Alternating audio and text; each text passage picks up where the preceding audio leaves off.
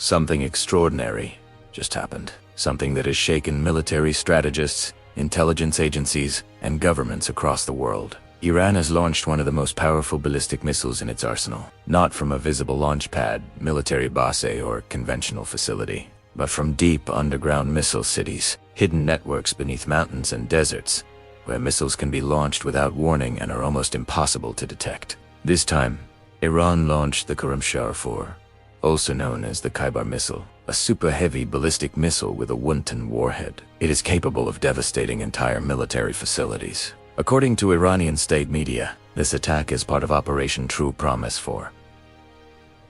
This was retaliation for recent US-Israel strikes, but beyond the explosions and headlines, there is a deeper question.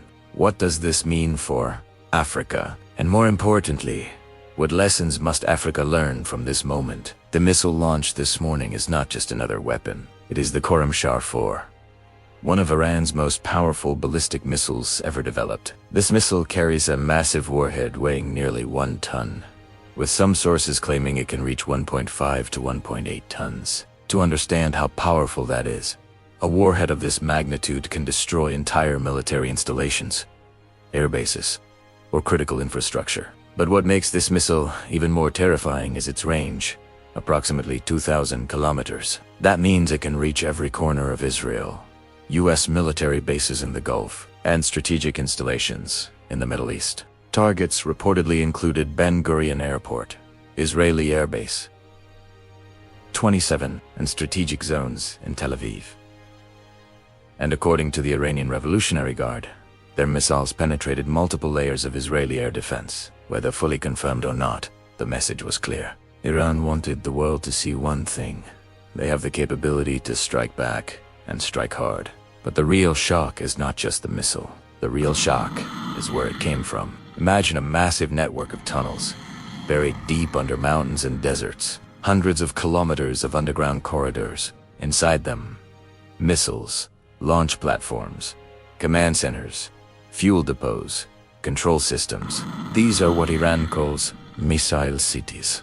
Hidden underground military complexes designed to survive even the most powerful attacks. Unlike traditional launch systems, these missiles do not require large visible launch pads. They can be fired directly from underground launch shafts. That means satellites cannot easily detect preparation. Intelligence agencies cannot predict the timing, and enemies cannot destroy the launchers before the missiles fire. This strategy changes everything. It transforms missile warfare into something unpredictable and extremely difficult to stop. For decades, Iran has invested heavily in asymmetric defense strategies. Instead of competing with powerful nations through large conventional armies, they focused on innovation, concealment, and strategic deterrence. And today, the world is witnessing the results. Iran describes the latest attacks as part of Operation True Promise 4, a series of retaliatory strikes following US military operations. According to Iranian media, this could be Wave 80 or Wave 19 of the ongoing retaliation campaign. Each wave designed to demonstrate something important, not just power, but persistence. Iran's strategy appears to send a message to its adversaries. We cannot be easily neutralized.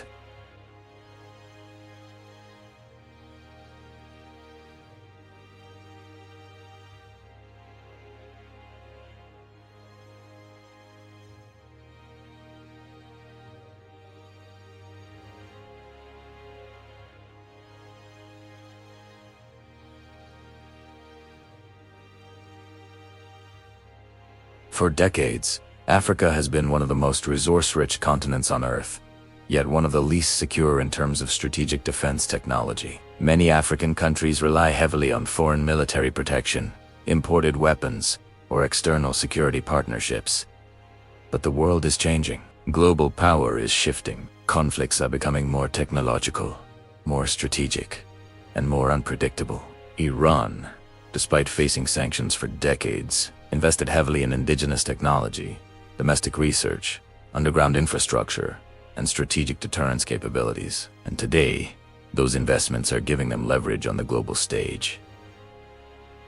Africa must ask itself a critical question. Why does a continent of 1.4 billion people still depend so heavily on foreign military technology? Why does Africa export raw minerals but import finished defense systems? Why do African countries spend billions buying weapons instead of building their own industries? Because the true lesson here is not missiles. The true lesson is self-reliance. Just as leaders like Ibrahim Traoré, Ousmane Sonko, and other Pan-African voices continue to emphasize, Africa must invest in technology, science, engineering, and industrialization. Without technological independence, political independence remains fragile. The events unfolding today show something much bigger. The world is no longer controlled by a single global power.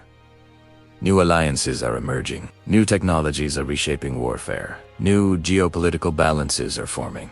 Countries that once had little influence are now reshaping global dynamics through innovation and strategic planning. And Africa stands at a crossroads. Will Africa remain a spectator in this changing world, or will Africa rise as a builder of its own future? The answer will depend on the choices African nations make today. Choices about education, choices about technology, choices about sovereignty. The underground missile cities of Iran have shocked the world. But the deeper message is not about missiles. It is about preparedness. It is about strategic thinking. It is about nations refusing to remain vulnerable. Africa must learn from every global event, not to copy wars, but to build strength, unity, and independence. Because the future of Africa will not be determined in foreign capitals. It will be determined by Africans themselves. The time has come for Africa to invest in knowledge, invest in innovation, and build the technological power needed to protect its sovereignty. The world is changing, and Africa must be ready. If you believe Africa must rise through technology, unity, and strategic independence, subscribe to the channel. Because the future of Africa will be written by those who refuse to stay silent. Africa must awaken. Africa must build. And Africa must lead. Yes, family, brothers and sisters, Iran is shocking the world with these underground missile.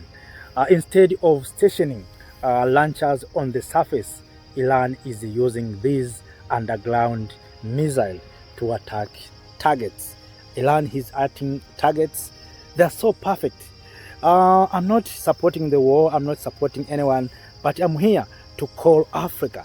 This is the lesson for us. Just imagine Iran with limited resources, but is so powerful.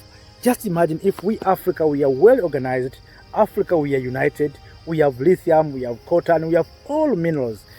If we are united, we can become powerful than Iran. We can become powerful than the United States of America. But one thing that the Western power has succeeded is to divide Africa. Africa, we are divided. We are not using our resources, and we are not well organized. That's why we are weak. Look how Iran is powerful. A small country of Iran, in terms of territory compared to Africa, has attacked more than 8 countries in Arab region. I'm not supporting war. I'm not supporting escalation.